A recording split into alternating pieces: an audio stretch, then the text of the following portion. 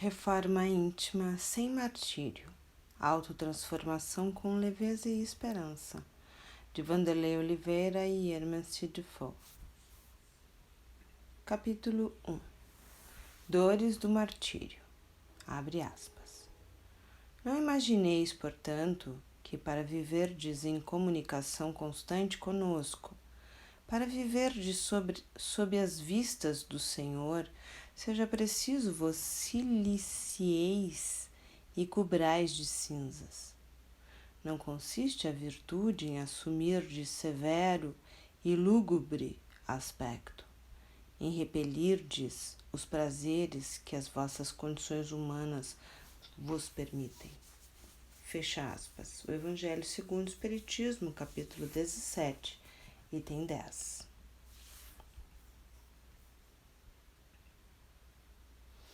No capítulo do crescimento espiritual, torna-se essencial distinguir o que são as dores do crescimento e as dores do martírio.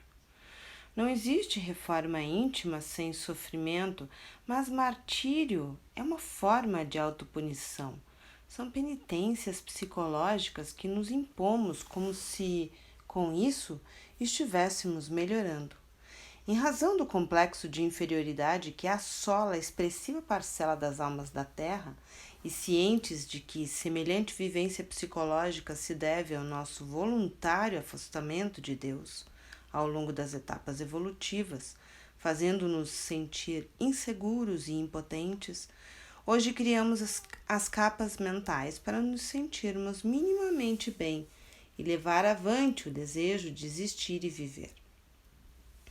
Essas capas são as estruturas do eu ideal, que nos levam a crer sermos mais do que realmente somos, uma defesa contra as mazelas que não queremos aceitar em nós mesmos. A melhoria íntima autêntica ocorre pelo processo de conscientização e não pelas dores decorrentes de cobranças e conflitos interiores, que instalam circuitos fechados e pane na vida mental. Sem dúvida, todos sofremos para crescer. Martírio, no entanto, é o excesso que nasce da incapacidade de gerir com equilíbrio o mundo emotivo, assumindo proporções e faces diversificadas conforme o temperamento e as necessidades de cada qual. Não o confundamos também com sacrifício, ato que ocasiona dores intensas com o objetivo de alcançar alguma meta ou superar alguma dificuldade. O que define a condição psíquica de martirizar-se é o fato de se crer no desenvolvimento de qualidades que, de fato, não estão sendo trabalhadas na intimidade.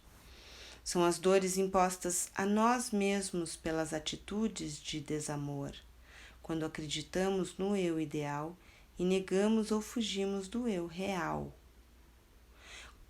Quase sempre as dores do martírio decorrem de não querermos experimentar as dores do crescimento. Um exemplo típico é quando somos convocados a examinar certa imperfeição apontada por alguém e entre a dor da autoavaliação e a dor da negação, preferimos a segunda, a qual integra a lista das dores excesso. Dentre as formas autopunitivas mais comuns, destacamos que a maneira pela qual reagimos a nossos erros tem sido um canal de acesso a infinitas dimensões expiatórias. Muitos corações transformam o erro e a insatisfação com suas experiências em quedas lamentáveis e irrecuperáveis. Quando a escola da vida é um gesto de sabedoria e complacência, convidando sempre a nos reerguer e começar perante os insucessos do caminho. Quando se diz, abre aspas, não posso mais falhar, fecha aspas, será mais difícil a conquista de si mesmo.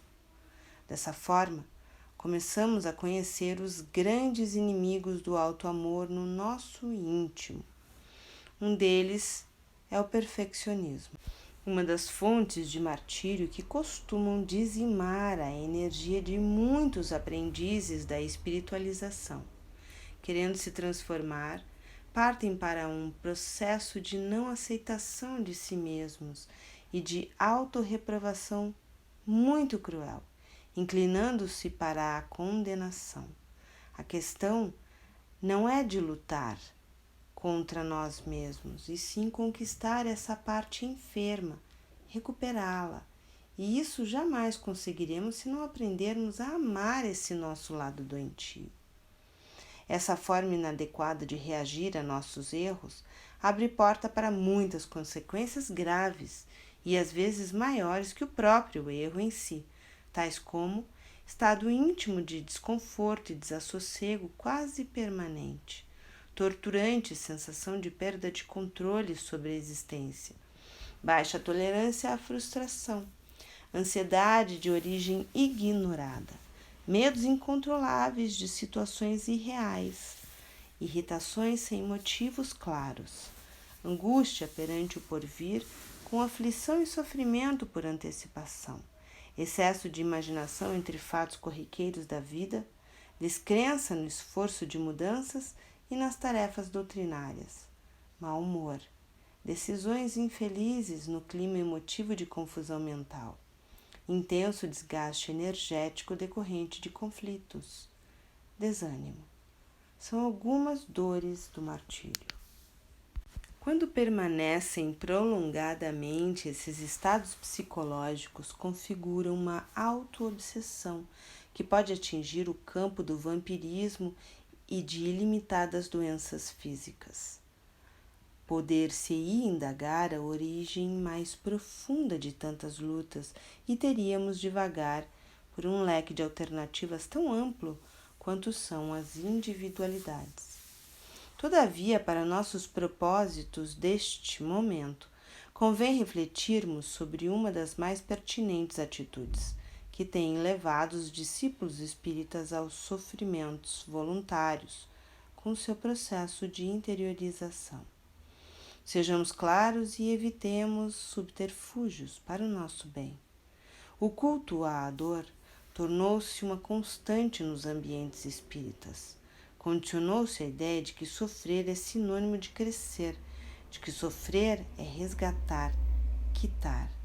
Portanto, passou-se a compreender a dor punitiva como um instrumento de libertação, quando, na verdade, somente a dor que educa liberta.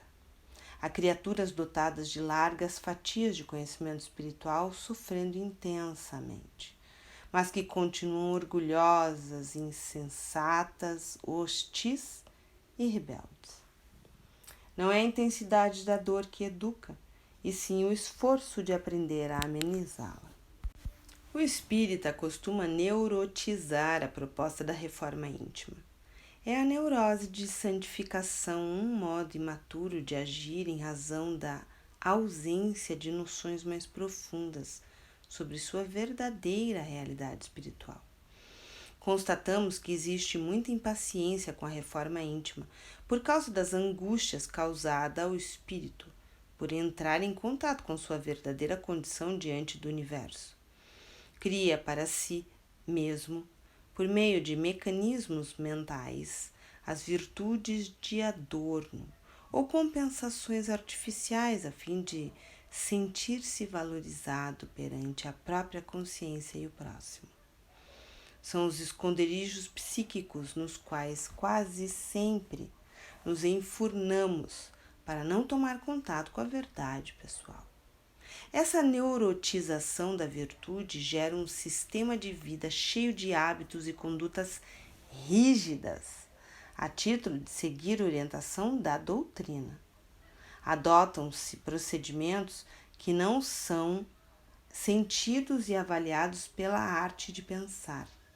Isso nos desaproxima ainda mais da autêntica mudança e passamos a nos preocupar com o que não devemos fazer, esquecendo o que devíamos estar fazendo. Certamente esse caminho gera martírio e ônus para a vida mental. Existem muitas dores naturais no crescimento espiritual que estabelecem um processo crônico de pressão psicológica. Entretanto, diferem muito da autoflagelação, porque elas impulsionam e fazem parte da grande batalha pela promoção de todos nós.